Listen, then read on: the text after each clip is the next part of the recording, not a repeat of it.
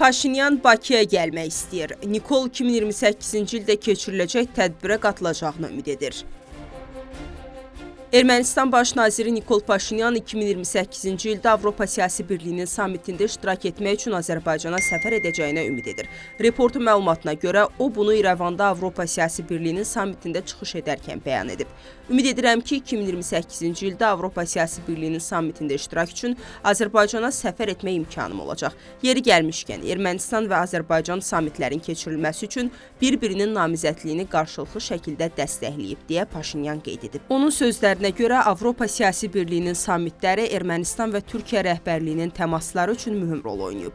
Türkiyə prezidenti Rəcəb Tayyib Ərdoğan ilə mənim ilk iki tərəfli görüşüm məhz Praqada, Avropa Siyasi Birliyinin ilk sammiti çərçivəsində baş tutub. İndi isə Türkiyənin vitse-prezidenti Avropa Siyasi Birliyinin sammitində iştirak etmək üçün İrəvandadır və Ermənistana səfər edən ilk Türkiyə vitse-prezidenti olub, deyə Paşinyan vurğulayıb.